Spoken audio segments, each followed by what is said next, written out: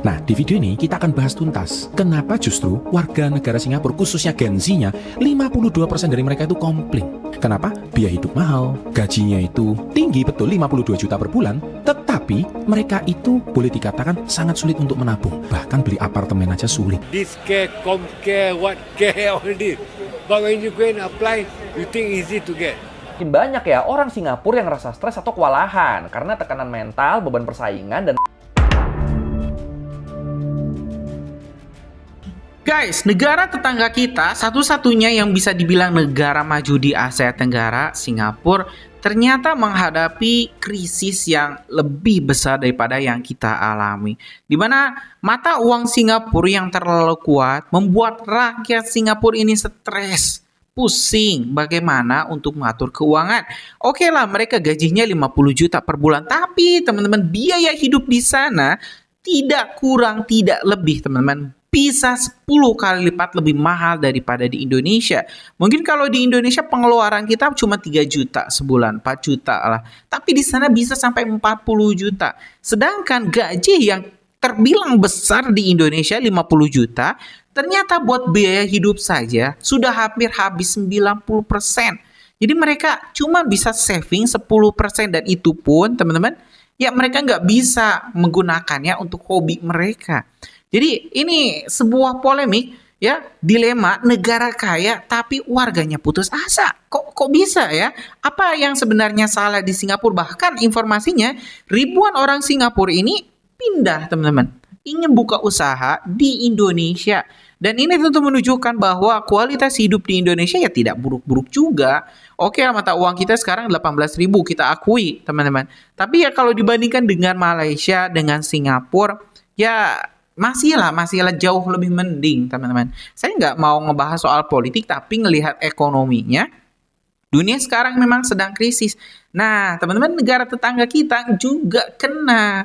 Ini Singapura, teman-teman, para pengusahanya bingung. Gimana caranya bayar sewa? Karena sewa itu tiap tahun naiknya bukan 10%, bisa sampai 50 hingga 100%. Jadi kalau dulu kita bayar sewa misalnya 100 juta per bulan, ya, tahun ini bisa sampai 200 juta. Dan pengusaha pun bingung karena turisnya berkurang. Karena harganya kalau dinaikkan turis kabur. Alhasil apa? Tutup total. Ribuan toko di Singapura tutup. Dan apa yang terjadi, teman-teman? Kekayaan Singapura itu mengalir ke Indonesia, khususnya di Batam dan juga Johor, Malaysia. Karena ya harganya lebih kompetitif dan juga relatif nyaman. Enggak kayak di Malaysia, enggak kayak di Singapura. Makan di restoran di menit, ya. Enggak bisa berlama-lama. Sedangkan kalau main ke Batam, mereka mau nginep aja, welcome saja. Nah, hari ini kita bakal tengok dulu bagaimana kondisi Singapura sekarang yang sudah kosong, teman-teman. Supermarket mereka kosong, mall-mall mereka pada kosong, toko-toko di tepi jalan, bahkan teman-teman toko-toko legendaris pun sudah tutup. Dan apa yang terjadi? Singapura kini ibarat kota mati. Penduduknya ada, tapi roda perekonomian tidak berputar. Nah, yuk teman-teman kita simak dulu informasi selengkapnya. Bayangkan tinggal di salah satu negara terkaya di dunia, kereta super cepat, gedung pencakar langit futuristik, mall mewah di mana-mana, gaji tinggi, kehidupan yang terlihat sempurna, tapi setiap akhir pekan, ribuan orang justru berbondong-bondong mencoba keluar dari negara itu. Bukan untuk pindah selamanya, bukan karena perang, bukan karena bencana, tapi demi sesuatu yang mulai terasa sulit mereka dapatkan di negaranya sendiri, hidup yang lebih nyaman. Setiap Jumat malam, sesuatu yang aneh mulai terjadi di Singapura. Terminal feri mulai penuh. Antrean panjang mulai terlihat. Orang-orang membawa koper, tas belanja, bahkan troli. Keluarga, pasangan muda, sekelompok teman. Semua bergerak ke arah yang sama. Dan tujuan mereka bukan Jepang, bukan Korea, bukan Eropa. Mereka pergi ke Indonesia. Lebih tepatnya, Batam. Sebuah pulau di Indonesia yang jaraknya bahkan kurang dari 1 jam dari Singapura. Dan disinilah cerita ini mulai terasa gila. Karena banyak orang bertanya, kenapa warga dari salah satu negara terkaya di dunia justru kabur ke Indonesia setiap minggu? Bukankah Singapura seharusnya menjadi negara impian? Itulah yang membuat fenomena ini sangat mengejutkan. Karena di balik gedung mewah dan citra modern Singapura, ada sesuatu yang diam-diam mulai membuat banyak warganya lelah. Biaya hidup. Di Singapura, bahkan hal-hal sederhana bisa terasa mahal. Makan siang biasa bisa menghabiskan uang yang di Batam cukup untuk makan satu keluarga. Potong rambut yang terasa normal di Singapura, tiba-tiba terasa super murah ketika sampai di Indonesia. Seafood, hotel, kafe, pijat, belanja kebutuhan sehari-hari, semuanya terasa jauh lebih murah. Dan bagi banyak warga Singapura, perasaan lega itu mulai membuat ketagihan.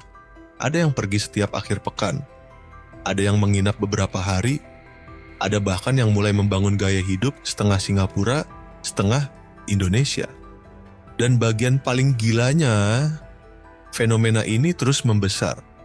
Media sosial dipenuhi video warga Singapura yang membandingkan harga di Batam dan Tapi saya akan membahas dari sudut pandang yang tidak pernah dibahas orang lain. Sudut pandang ini memang sebuah sudut pandang yang seringkali ke-skip, kelewat, tapi hanya dirasakan oleh orang-orang setempat. Tapi mari kita bahas. Yang pertama adalah gaji sultan potongan besar. Kok bisa sih? Nah, kita lihat nih. Gaji median fresh graduate itu $4.500. Median ya, 52 juta. Ya, saya nggak ngomong betul-betul cuman S1. Kalau cuman S1 ya standar lah, negara besar rata-rata 1.500 ya. 1.500 sekarang ya mungkin lebih kurang 20-25 juta. Tapi kita ngomong median. Kedua, potongan CPF ini yang wajib. Semua negara besar wajib. Orang Indonesia suruh bayar BPJS saja udah teriak-teriak kan. Tapi di negara maju, CPF itu wajib. Kalau di Amerika itu seperti I-20. Ini pajak 20% untuk tabungan. Wajib. Tabungan untuk apa? Pensiunan dan sebagainya. Yang ketiga, take home pay. Jadi take home pay mereka itu cuma sekitar 3.600. Jadi mereka dipotong gajinya 20-30%. Jadi ilustrasi kursnya, jika Anda belanja di Jakarta, Anda belanja di Singapura, salah satu kota termahal di dunia. Ini problem yang sangat terjadi. Kemudian, breakdown biaya hidup survival mode-nya mereka. Kita lihat ya, sewa kamar, sharing, itu $900-1.000 per bulan. Wajar. Sekarang Anda lihat hotel yang paling murah aja lah. Yang kamarnya itu, saya coba ngetes sih di Singapura itu kemarin, itu paling murah sekarang $1,5 juta loh. Bagi mereka itu kan cuma sekitar $100-120 Singapura. $1,5 juta itu paling murah. Itu kalau cuma Ibis style, bukan Ibis style, Ibis budget lah. Ya, saya nggak ngomong hotel yang loft ya, atau LOFT atau hotel yang atas bawah ya. Mahal sekali. Transport, internet $200. Makan, hawker center Singapura $5-6 per porsi. Wajar. Anda cuma makan cakwe, tiao lah, makanan ya street foodnya Singapura yang dimasak sama uncle-nya Singapura itu $400. Asuransi dan kebutuhan $250. Jadi basic biaya hidup di Singapura itu belum udah $2.000. Sisanya tabungan tergerus oleh biaya tak terduga dan emang Anda nggak belanja, emang Anda nggak nonton, emang Anda hari ini nggak ada kegiatan lain.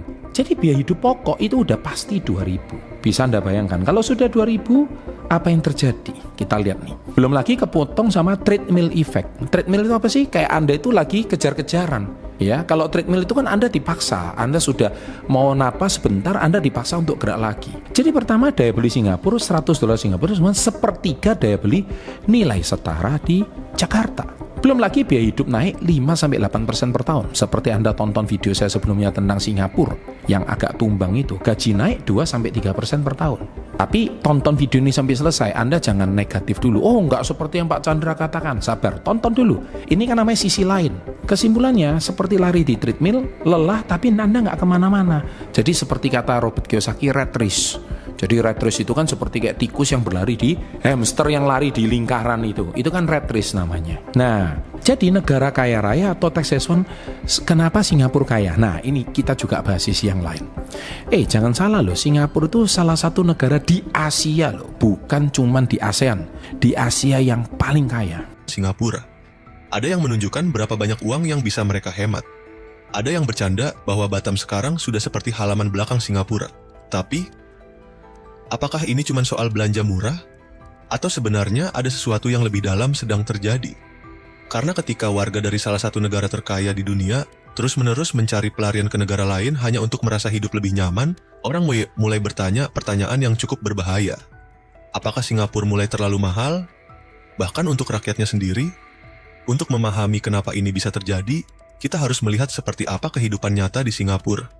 Dari luar, Singapura memang terlihat hampir sempurna. Jalannya bersih, transportasinya luar biasa, kriminalitas rendah, ekonominya kuat, banyak orang dari seluruh dunia bermimpi tinggal di sana. Tapi ada satu hal yang sering tidak terlihat dari kamera YouTube dan foto Instagram, tekanan hidupnya. Di Singapura, semuanya bergerak cepat. Orang bekerja sangat keras. Persaingan tinggi, harga properti terus naik. Biaya hidup makin mahal dari tahun ke tahun. Dan perlahan, banyak orang mulai merasa lelah. Bahkan untuk sekadar menikmati hidup sederhana, mereka harus berpikir 2 kali. Mau makan seafood? Mahal. Mau staycation? Mahal. Mau santai di kafe? Mahal. Akhirnya banyak orang sadar, dengan uang yang sama, mereka bisa mendapatkan pengalaman yang jauh lebih nyaman di Indonesia. Dan sejak saat itu, Batam berubah. Dulu Batam hanya dianggap kota transit biasa. Sekarang, Batam mulai berubah menjadi tempat pelarian rahasia warga Singapura. Setiap akhir pekan, restoran seafood penuh dengan wisatawan dari Singapura. Mall dipadati pembeli. Hotel ramai. Tempat pijat penuh booking. Bisnis-bisnis lokal bahkan mulai menyesuaikan diri khusus untuk pelanggan Singapura. Menu dibuat bilingual. Pembayaran memakai dolar Singapura. Promosi khusus weekend dibuat untuk menarik mereka datang lagi. Dan uang yang mengalir dari Singapura ke Batam jumlahnya tidak kecil. Inilah kenapa banyak orang mulai percaya hubungan Singapura dan Batam sekarang sudah berubah menjadi sesuatu yang unik. Satu negara menghasilkan uang. Negara sebelah menjadi tempat mereka menikmati hidup. Tapi tunggu, fenomena ini ternyata mulai berkembang lebih jauh. Karena sekarang bukan cuma soal liburan weekend. Beberapa warga Singapura mulai mempertimbangkan tinggal lebih lama di Indonesia. Ada yang bekerja remote dari Batam. Ada yang menyewa apartemen murah. Ada yang mulai membangun bisnis kecil di Indonesia. Kenapa? Karena mereka mulai menghitung sesuatu yang sederhana. Kalau kualitas hidup lebih nyaman di Indonesia, kenapa harus menghabiskan semua uang di Singapura? Dan pertanyaan itu mulai muncul semakin sering. Apalagi setelah biaya hidup global naik, harga makanan naik, harga rumah naik, dan tekanan ekonomi makin terasa. Banyak anak muda Singapura sekarang mulai memikirkan hal yang dulu jarang dibahas. Apakah sukses di Singapura masih benar-benar worth it? Karena meskipun gaji tinggi, pengeluaran juga luar biasa tinggi. Dan itu menciptakan situasi aneh. Orang menghasilkan banyak uang, tapi merasa tidak benar-benar menikmati hidup. Sementara hanya 1 jam menyeberang ke Indonesia, mereka bisa makan lebih enak, bersantai lebih murah, dan merasa lebih bebas. Itulah alasan kenapa video-video tentang Batam terus viral di media sosial Singapura. Semakin banyak orang membagikan pengalaman mereka. Ada yang mengatakan biaya makan mereka turun drastis. Ada yang bilang mereka akhirnya bisa menikmati hidup tanpa stres berlebihan. Ada juga yang mulai bercanda, kerja di Singapura, hidup di Indonesia. Dan semakin banyak orang mendengar itu, semakin banyak yang penasaran mencoba sendiri. Tapi tentu saja, tidak semua orang setuju dengan fenomena ini. Ada yang mengatakan ini hanya tren sementara. Ada yang bilang warga Singapura hanya mencari hiburan murah.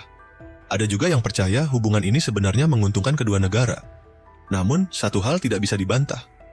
Semakin hari, semakin banyak warga Singapura yang datang ke Indonesia.